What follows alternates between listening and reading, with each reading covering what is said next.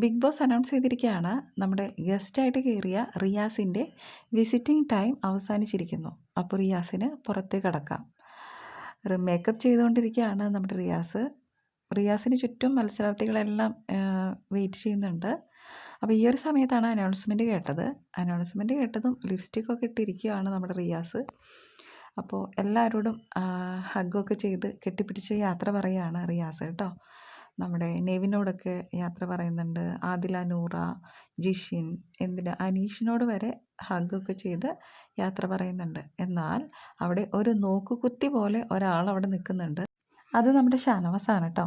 ഷാനവാസിന് അത്തരം പ്രശ്നങ്ങളൊക്കെ ഉണ്ടാക്കിയെങ്കിലും പോകാൻ നേരത്ത് ഷാനവാസ് കൂടെ വന്ന് ബഹുമാനത്തോടെയും ഒരു ഗസ്റ്റിനെ യാത്ര അയക്കുന്ന ഒരു രീതിയിലൊക്കെ നിൽക്കുന്നുണ്ട്.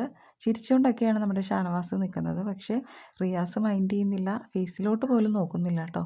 ബാക്കി എല്ലാവരോടും ഹഗ്ഗും യാത്രയൊക്കെ പറഞ്ഞ് ആശ നൈസായിട്ട് പോവുകയാണ്.